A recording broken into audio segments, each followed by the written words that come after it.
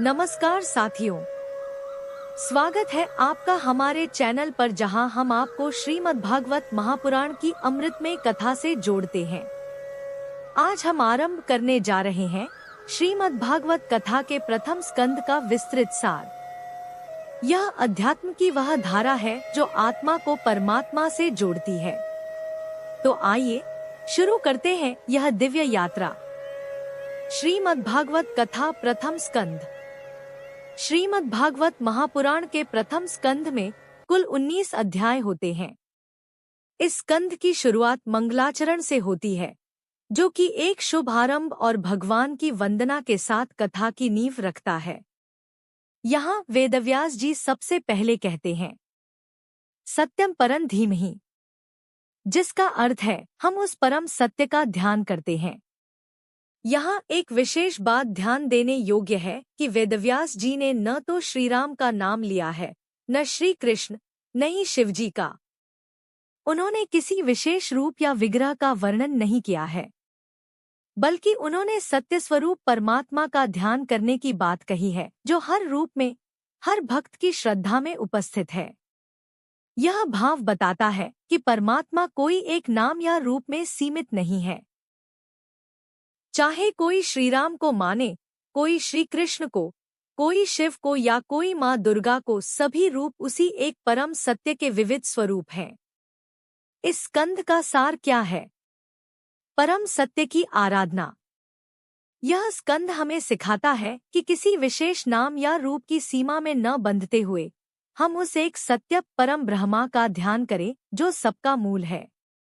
श्रद्धा और आस्था की महत्ता। वेदव्यास जी संकेत करते हैं कि साधक अपनी श्रद्धा के अनुसार किसी भी ईश्वर के रूप की उपासना कर सकता है। सब रास्ते उसी परम लक्ष्य की ओर जाते हैं। भगवत कथा का उद्देश्य। यह भी स्पष्ट होता है कि भागवत कथा केवल किसी एक देवता की कथा नहीं, बल्कि परम तत्व की खोज और आत्मिक जागरण की एक पवित्र यात्रा है। निष्कर्ष। प्रथम स्कंध हमें यह समझाने आता है कि परमात्मा केवल एक नाम या रूप नहीं है, बल्कि वह एक अनुभव है, एक सत्य है जो हम सबके भीतर है। श्रीमद् भागवत का यह आरंभिक भाग हमें एक ऐसी दृष्टि देता है जहां हम सीमाओं से बाहर निकलकर भक्ति के व्यापक रूप को अपनाते हैं। नैमिषारण्य में ऋषियों की जिज्ञासा और सूत जी की दिव्य वाणी। नैमिषारण्य क्षेत्र एक बहुत ही पवित्र और शक्तिशाली तपोभूमि, जहां अनेक ऋषि मुनियों ने वर्षों तक तप किया। वहीं पर एक महत्वपूर्ण और ऐतिहासिक संवाद घटित होता है। शौनक और अन्य महान ऋषियों ने वहां सूत जी को बड़े आदर और श्रद्धा के साथ आसन पर विराजमान किया। जैसे ही वे विराजमान हुए, ऋषियों ने बहुत ही विनम्रता और उत्सुकता से उनसे एक प्रश्न पूछा। हे सूत जी, कृपया हमें ऐसी कथा सुनाइए जो कलयुग जैसे कठिन समय में भी मनुष्यों का कल्याण कर सके। ऐसी कथा जो मनुष्य को जन्म और मरण के लगातार चलते रहने वाले चक्र से मुक्त कर दे और उसे मोक्ष यानी परम शांति की प्राप्ति कराए। ऋषियों का यह प्रश्न केवल जिज्ञासा नहीं था, यह पूरे मानव समाज की ओर से एक विनती थी, आध्यात्मिक अंधकार में उजाले की तलाश। सूत जी द्वारा अवतारों की कथा का प्रारंभ। ऋषियों की यह आत्मिक प्यास देखकर सूत जी ने सबसे पहले भगवान के 24 महान अवतारों की कथा सुनाई। उनका यह कथन बहुत महत्वपूर्ण है, क्योंकि जब कोई मनुष्य इन अवतारों की कथाएं श्रद्धा से सुनता है, तो उसके अंदर भक्ति का बीज अंकुरित होता है और वही भक्ति उसे भगवान से जोड़ती है। सूत जी ने समझाया कि ये अवतार केवल इतिहास नहीं है, ये दिव्य प्रेरणाएं हैं जो अलग अलग समयों पर प्रकट होकर संसार का कल्याण करती हैं। भगवान के 24 दिव्य अवतार, जिनका वर्णन सूत जी ने किया। सनत कुमार ज्ञान के प्रतीक 4 कुमार। वराह पृथ्वी को जल से निकालने वाले वराह रूप। नारद जी देवदूत, जो भक्ति का प्रचार करते हैं। नरनारायण धर्म और तप के आदर्श स्वरूप। कपिल देव सांख्य योग के प्रवर्तक। दत्तात्रेय त्रिदेवों के समन्वय रूप में, यज्ञ रूप में भगवान का अवतरण, ऋषभदेव त्याग और आत्मनियंत्रण के प्रतिमान, पृथु राजा प्रजा के कल्याण के लिए धरती को पुनः उपजाऊ बनाने वाले, मत्स्यनारायण जल प्रलय से वेदों की रक्षा करने वाले, कच्छप समुद्र मंथन के समय कच्छप कछुए रूप में, धन्वंतरी आयुर्वेद और चिकित्सा विज्ञान के प्रवर्तक, मोहिनी अमृत वितरण के समय मोहिनी रूप में, नरसिंह अधर्म पर धर्म की विजय के लिए, वामन 3 पग में त्रिलोक को नाप लेने वाले, परशुराम अन्याय के विरुद्ध खड़े होकर पृथ्वी को क्षत्रियों से मुक्त करने वाले, वेदव्यास वेदों और पुराणों के विभाजन और रचना के कारण प्रसिद्ध, श्रीराम मर्यादा पुरुषोत्तम आदर्श जीवन के प्रतिमान, बलराम बल और भक्ति के संयोग रूप, श्री कृष्ण पूर्णावतार गीता के वक्ता प्रेम और नीति के प्रतीक, बुद्ध करुणा और अहिंसा का संदेश देने वाले, कल की भविष्य में अधर्म के नाश के लिए अवतरण होगा, हंस विवेक और ज्ञान के प्रतीक रूप, हयग्रीव वेदों की रक्षा के लिए अवतरित। निष्कर्ष, सूत जी का यह कथन स्पष्ट करता है कि भगवान के अवतार केवल चमत्कार करने नहीं आते, वे संसार को धर्म, ज्ञान और भक्ति के मार्ग पर चलाने के लिए प्रकट होते हैं। इन अवतारों की कथा न केवल हमारे पापों का नाश करती है, बल्कि हमें उस परम लक्ष्य मोक्ष की ओर ले जाती है। सूत जी द्वारा ऋषियों को सुनाई गई व्यास जी और नारद जी की आत्मिक बातचीत। सूत जी ऋषियों को कथा सुनाते हुए आगे कहते हैं, हे शौनकादि ऋषिगण, एक बार की बात है, महामुनि वेदव्यास जी सरस्वती नदी के शांत किनारे पर अपने आश्रम में अकेले बैठे हुए थे। उन्होंने बहुत सारे ग्रंथ लिखे थे, वेदों का संकलन किया था, महाभारत जैसी महान रचना की थी और अनेक उपनिषदों तथा पुराणों की भी रचना कर चुके थे। लेकिन फिर भी उनका मन बेचैन था। उन्हें भीतर से लगता था जैसे कुछ अधूरा रह गया हो। वो सोचते थे, इतना कुछ कर लिया है, फिर भी मन में कोई अपूर्णता क्यों बनी हुई है? ये आत्मा संतुष्ट क्यों नहीं हो रही? वे गहराई से चिंतित थे और उनकी यह स्थिति एक गहरी आत्मिक उद्विग्नता का संकेत थी। नारद जी का आगमन। उसी समय देवर्षि नारद जी, जो भगवान के परम भक्त हैं और सदा हर जीव की आत्मिक उन्नति के लिए तत्पर रहते हैं, वहां पहुंचे। वेदव्यास जी ने उन्हें आदरपूर्वक स्वागत कर विधिपूर्वक उनकी पूजा की। नारद जी मुस्कुराए और बोले, व्यास जी, आप अपने जीवन और कार्यों से संतुष्ट तो हैं न? आपने तो ज्ञान का महासागर बहा दिया है, महाभारत जैसा अमूल्य ग्रंथ रचा है, फिर यह विषाद कैसा? व्यास जी ने कहा, हे नारद जी, यही तो मैं समझ नहीं पा रहा। मैं सब कुछ करने के बाद भी भीतर से अधूरा महसूस कर रहा हूँ। मुझे बताइए, इसका कारण क्या है? नारद जी द्वारा ज्ञान और भक्ति का संबंध स्पष्ट करना। नारद जी ने बहुत ही महत्वपूर्ण बात कही। उन्होंने कहा, व्यास जी, आपने भगवत भक्ति से रहित ज्ञान का उपदेश तो दिया है, लेकिन आपने भगवान श्रीहरि के दिव्य यश और लीलाओं का संकीर्तन नहीं किया।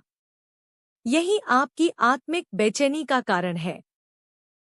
वे आगे समझाते हैं कि भगवान की भक्ति के बिना किया गया ज्ञान प्रचार न तो शांति देता है, न आनंद। सच्चा आनंद और आत्मा की संतुष्टि केवल भक्ति में, विशेष रूप से भगवान की लीलाओं के प्रेमपूर्वक कीर्तन में छिपी हुई है। नारद जी ने सुनाया अपना पूर्व जन्म। इस बात को और स्पष्ट करने के लिए नारद जी ने अपना पूर्व जन्म भी सुनाया। उन्होंने बताया, मैं पिछले जन्म में एक साधारण दासी का पुत्र था, लेकिन मुझे सौभाग्य से कुछ ऋषिमुनियों की सेवा करने और उनके सत्संग में रहने का अवसर मिला। उनके साथ रहकर मेरे हृदय में भगवत भक्ति का संचार हुआ। भक्ति की इसी शक्ति से अगले जन्म में मुझे ब्रह्मा जी का मानस पुत्र बनने का सौभाग्य प्राप्त हुआ। और उन्होंने अंत में एक अद्भुत उपमा दी। भगवान की लीलाओं का कीर्तन इस संसार सागर से पार जाने के लिए एक मजबूत जहाज है। भावार्थ और शिक्षा। इस प्रसंग से एक गहरा संदेश मिलता है कि केवल ग्रंथ रचने या ज्ञान का प्रचार करने से आत्मा को पूर्ण शांति नहीं मिलती। भगवत भक्ति ही वह शक्ति है जो ज्ञान को पूर्ण बनाती है और जीवन को संतुष्ट करती है। भगवान के नाम, गुण और लीलाओं का प्रेमपूर्वक कीर्तन ही सच्चा साधन है, जो इस संसार के मोह और दुहक से हमें मुक्त कर मोक्ष तक ले जाता है। नारद जी के जाने के बाद वेदव्यास जी की आत्मचिंतन की अवस्था। जब नारद जी आश्रम से विदा हुए तो उनके कहे हुए वचन वेदव्यास जी के हृदय में गूंजते रहे। उन्होंने एकांत में बैठकर गहरी साधना और ध्यान किया और नारद जी की बातों पर मनन करने लगे। उन्हें अब यह स्पष्ट हो गया था कि भगवान की निश्चल भक्ति, उनकी लीलाओं का कीर्तन और उनकी महिमा का गुणगान ही वह मार्ग है जो आत्मा को पूर्ण शांति प्रदान करता है। श्रीमद्भागवत संहिता की रचना। इस गहन आत्मिक स्थिति में व्यास जी ने श्रीमद्भागवत महापुराण की रचना की, जिसे परमहंसों की संहिता कहा जाता है। यह ग्रंथ कोई सामान्य कथा नहीं है। यह तो स्वयं भगवान श्री कृष्ण के अपरंपार प्रेम, लीलाओं और दिव्यता का जीवंत चित्र है। भागवत का ऐसा प्रभाव है कि सुनते ही मनुष्य के हृदय में भगवान श्री कृष्ण के प्रति प्रेमपूर्ण भक्ति जागृत हो जाती है। उसके जीवन से शोक, दुहक, मोह, आसक्ति और भय, अज्ञात का डर समाप्त हो जाते हैं। व्यास जी ने स्वयं इस भाव को इन सुंदर शब्दों में प्रकट किया। यस्या वै श्रूयमाणाया कृष्णे परमपुरुषे भक्तिरुत्पद्यते पुंसः शोकमोह भयापहा। अर्थ, इस भागवत को सुनते ही परम पुरुष श्री कृष्ण के प्रति भक्ति उत्पन्न होती है और शोक, मोह व भय नष्ट हो जाते हैं। शुकदेव जी को श्रीमद्भागवत का उपदेश। इस दिव्य ग्रंथ को रचने के बाद वेदव्यास जी ने इसे अपने परम ज्ञानवान पुत्र श्री शुकदेव जी को पढ़ाया। शुकदेव जी वही हैं जिन्होंने बाद में इस कथा को राजा परीक्षित को सुनाया, जो मृत्यु के 7 दिन पूर्व इस कथा को सुनकर मोक्ष को प्राप्त हुए। द्रौपदी की अद्भुत क्षमा, एक प्रेरणादायक प्रसंग। इसके बाद सूत जी ऋषियों से कहते हैं, हे शौनक जी, अब मैं आपको राजर्षि परीक्षित के जन्म, कर्म और मोक्ष की कथा सुनाता हूँ।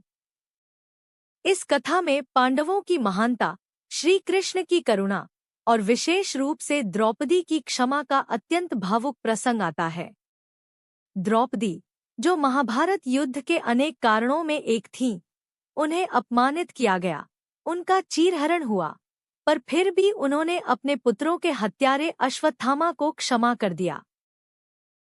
यह क्षमा केवल नैतिकता नहीं थी, यह ईश्वर के प्रति उनकी पूर्ण समर्पण भावना थी। राजर्षि परीक्षित का उल्लेख श्री कृष्ण कथा की आधारशिला।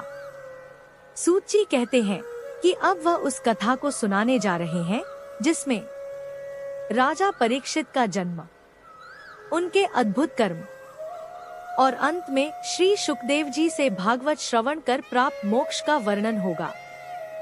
और इन्हीं घटनाओं के साथ जुड़ी हुई हैं भगवान श्री कृष्ण की अनगिनत लीलाएं, जिनके माध्यम से भागवत कथा अपना पूर्ण स्वरूप लेती है।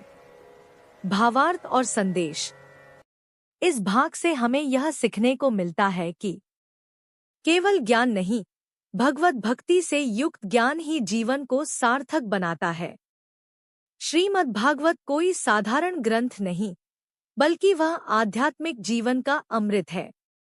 द्रौपदी जैसी नारी की क्षमा हमें बताती है कि सच्चा धर्म कठोरता में नहीं, करुणा और क्षमा में है।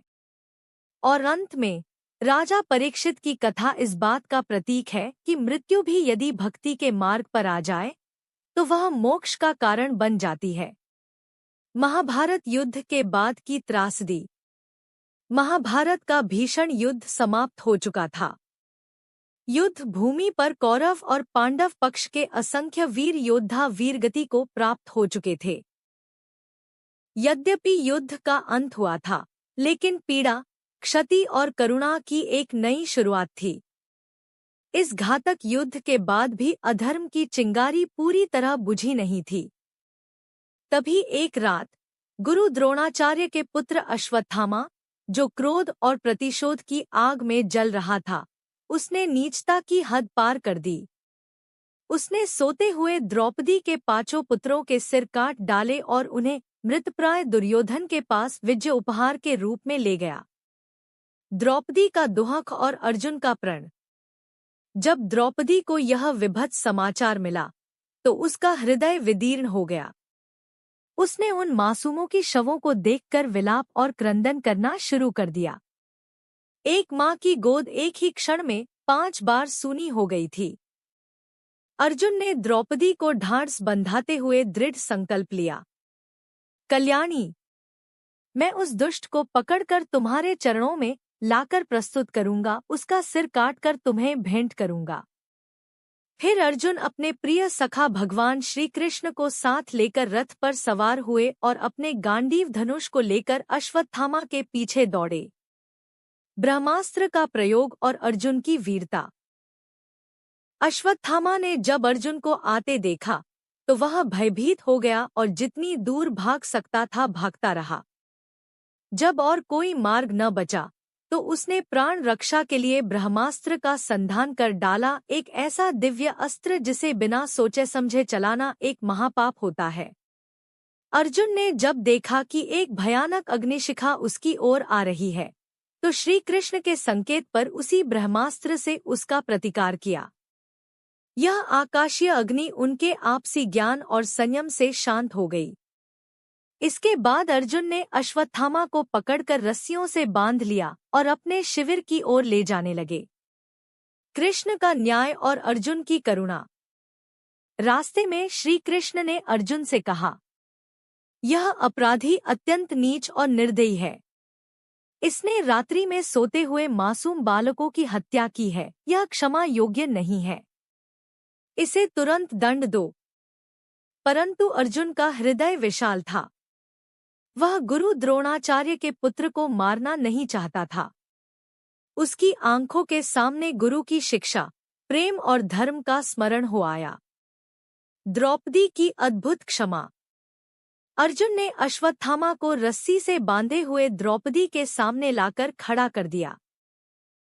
अब सबकी निगाहें द्रौपदी पर थी। वह क्या करेगी?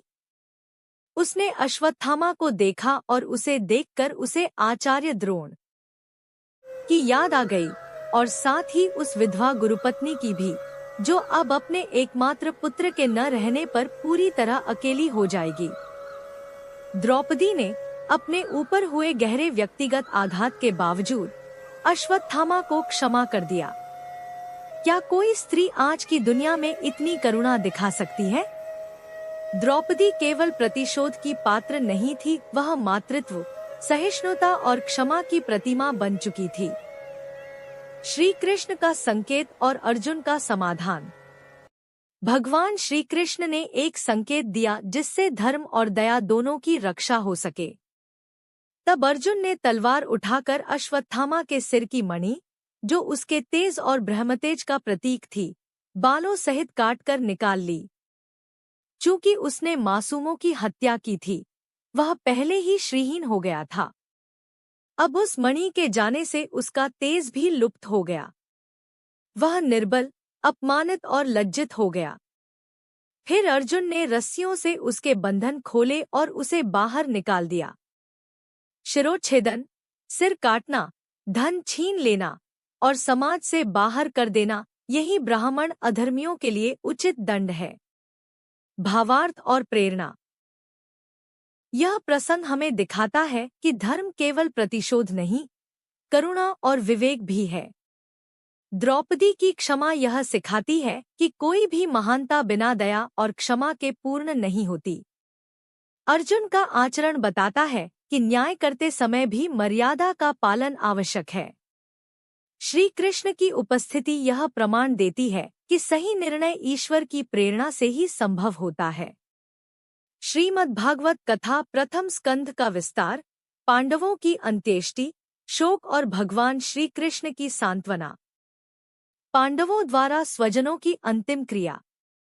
महाभारत के विनाशकारी युद्ध के बाद जब युद्ध भूमि शांत हुई तो चारों ओर मृत्यु, बिछोह और शोक का वातावरण छा गया था। पांडवों ने अपने परिजनों, मित्रों और गुरुओं को खो दिया था। उनका मन भी अत्यंत दुख और शून्यता से भरा हुआ था। पांडवों ने अपने मरे हुए स्वजनों की अंत्येष्टि क्रिया विधिपूर्वक की। वे सभी गंगा तट पर पहुंचे, जहां पवित्र जल में तर्पण, जलदान करके अपने प्रियजनों को श्रद्धांजलि दी। वहां उपस्थित थे युधिष्ठिर, जिनका हृदय शोक और अपराध बोध से भरा था। धृतराष्ट्र, जिनके सभी पुत्र युद्ध में मारे गए थे। गांधारी, जो नेत्रहीन होकर भी युद्ध का पूरा दर्द अपने भीतर जी रही थी। कुंती, जो अपने संबंधियों की पीड़ा में चुपचाप जल रही थी। और द्रौपदी, जिसने अपने 5 पुत्र खो दिए थे। ये सब एक दूसरे के दुख में डूबे बैठे थे और अपने अपने मृत संबंधियों का शोक कर रहे थे। उस समय वातावरण बहुत ही भारी और हृदय विदारक था। भगवान श्री कृष्ण की शांति सूचक वाणी। जब भगवान श्री कृष्ण ने सबको इस तरह विषाद और करुणा में डूबा हुआ देखा तो उन्होंने बहुत ही शांत और प्रभावशाली वाणी में उन्हें सांत्वना दी। उन्होंने कहा, भूतेषु कालस्य गति दर्शन प्रतिक्रियाम। श्रीमद्भागवत 1 अगस्त 2004। अर्थ, यह संसार काल, समय के अधीन है। कोई भी प्राणी काल की गति से बच नहीं सकता। काल जब आता है तो उसे कोई रोक नहीं सकता, वह अटल और अवश्यंभावी है। श्री कृष्ण ने समझाया कि संसार के सभी जीव समय और मृत्यु के अधीन हैं। कोई भी कितना भी बलवान, ज्ञानी या साधक क्यों न हो, मृत्यु को नहीं टाल सकता। मृत्यु अपने निर्धारित समय और स्थान पर हर किसी को लेकर ही आती है, चाहे कोई कुछ भी कर ले। कर्म और निर्भयता का संदेश। फिर श्री कृष्ण ने एक महत्वपूर्ण जीवन दर्शन भी दिया। उन्होंने कहा, इसलिए मनुष्य को मृत्यु से डरते हुए नहीं, बल्कि निर्भीक होकर जीवन में अपने कर्तव्य का पालन करते रहना चाहिए। मृत्यु से भयभीत होकर जीना व्यर्थ है, क्योंकि वह निश्चित है। जो अटल है, उसका डर मन में रखना केवल कायरता और भ्रम है। इसलिए हर मनुष्य को चाहिए कि वह अपने धर्म, कर्तव्य और सेवाभाव को निभाए और निडर होकर इस जीवन में आगे बढ़ता रहे। भावार्थ और प्रेरणा। यह प्रसंग हमें बहुत गहरा जीवन संदेश देता है। मृत्यु से भागा नहीं जा सकता, इसलिए उससे डरकर जीवन नहीं जीना चाहिए। जब हम जीवन में धर्मपूर्वक कर्म करते हैं तो मृत्यु भी हमें भय नहीं देती। शोक में डूबे रहना केवल हमें और दुर्बल करता है। श्री कृष्ण की वाणी हमें यह सिखाती है कि हम हर परिस्थिति में समता, धैर्य और साहस के साथ खड़े रहें। भगवान श्री कृष्ण द्वारा धर्म की पुनः स्थापना। महाभारत युद्ध के पश्चात जब अधर्म पर धर्म की विजय हो चुकी थी, भगवान श्री कृष्ण ने धर्म की पुनर्स्थापना हेतु एक महत्वपूर्ण कार्य किया। उन्होंने युधिष्ठिर को उनका राज्य पुनः दिलवाया, जो छल, कपट और युद्ध के कारण उनसे छिन गया था। अब जब राज्य को धर्म के अनुसार स्थापित कर दिया गया, तो राजा युधिष्ठिर ने 3 अश्वमेध यज्ञ किए। ये यज्ञ धर्म, सत्य और समर्पण का प्रतीक थे। श्री कृष्ण का विदा लेना। यज्ञों के संपन्न होने के बाद भगवान श्री कृष्ण ने द्वारका लौटने का विचार किया। विदा लेने से पहले उन्होंने पांडवों से प्रेमपूर्वक विदाई ली। वेदव्यास, नारद आदि ब्राह्मणों का सम्मान और सत्कार किया। वहां उपस्थित सभी विद्वानों और ऋषियों ने भगवान का बड़े आदर और श्रद्धा से सम्मान किया। फिर भगवान सात्यकी और उद्धव के साथ रथ पर सवार होकर द्वारका जाने को तत्पर हुए। उत्तरा की व्याकुल पुकार। भगवान के रथ पर बैठते ही एक अचानक और विचलित करने वाला दृश्य सामने आया। महारानी उत्तरा, जो अभी अभी गर्भवती हुई थी, वे अत्यंत भयभीत और व्याकुल होकर दौड़ती हुई श्री कृष्ण के पास आईं। उनके मुख से निकला करुण और गहराई से भरा हुआ यह पुकार, पाहि पाहि महायोगिन, देवदेव जगतपते, नान्यन्त्वद्भयं पश्ये, यत्र मृत्यु परस्परम। अर्थ, हे महायोगी, हे देवों के देव, हे संपूर्ण जगत के स्वामी, मेरी रक्षा कीजिए, रक्षा कीजिए। इस समय मृत्यु सामने खड़ी है और मुझे आपके अतिरिक्त कोई और आश्रय नहीं दिखता जो मुझे और मेरे गर्भस्थ शिशु को बचा सके। उत्तरा का भय और भगवान की करुणा। उत्तरा को अचानक ऐसा भय क्यों हुआ? क्योंकि उस समय अश्वत्थामा, जो पहले ही द्रौपदी के पुत्रों की हत्या कर चुका था, उसने अपना ब्रह्मास्त्र छोड़ दिया था और उसका लक्ष्य था उत्तरा का गर्भ। वह चाहता था कि पांडव वंश का अंत गर्भ में ही हो जाए। उत्तरा को इसका आभास हो गया था और उसने भगवान श्री कृष्ण को ही अपनी एकमात्र शरण माना। भावार्थ और शिक्षा। यह प्रसंग दर्शाता है, जब संसार के सारे सहारे टूट जाएं, तो ईश्वर ही अंतिम आश्रय है। भगवान श्री कृष्ण की करुणा और कृपा केवल बड़े बड़े यज्ञों या तप से नहीं, बल्कि प्रेम, भक्ति और पूर्ण समर्पण से प्राप्त होती है। उत्तरा का यह करुण पुकार शुद्ध भक्ति और आश्रय भाव का आदर्श उदाहरण है। उत्तरा की पुकार ईश्वर के प्रति पूर्ण समर्पण। जब भगवान श्री कृष्ण द्वारका जाने के लिए रथ पर सवार हुए थे, उसी समय उत्तरा भय से व्याकुल होकर दौड़ी चली आईं। उनके चेहरे पर घबराहट थी, आंखों में आंसू थे और हृदय में आशंका थी। वह श्री कृष्ण के चरणों में गिरकर बोली, देवाधिदेव, जगदीश्वर, आप तो महायोगी हैं।